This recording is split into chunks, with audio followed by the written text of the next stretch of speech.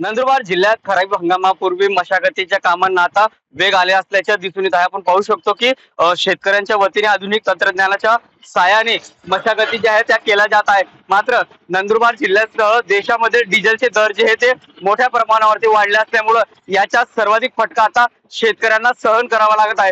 कारण की मशागतीचे जे काही लागणारा जो काही खर्च आहे तो मोठ्या प्रमाणावरती वाढला असल्याचे दिसून येत आहे। सुरुवातीला मशागती केल्या जात असतात, त्यानंतर रोटाव्हिटर फिरवला जात असतो आणि त्यानंतर मग खऱ्या अर्थाने पेरणीला सुरुवात होत असते। नंदुरबार जिल्ह्यामध्ये जवळपास खरीप हंगामामध्ये 2,85,000 हेक्टर क्षेत्रावरती पेरणीची उद्दिष्ट जे आहे ते कृषी विभागाकडून सांगण्यात आलेलं आहे।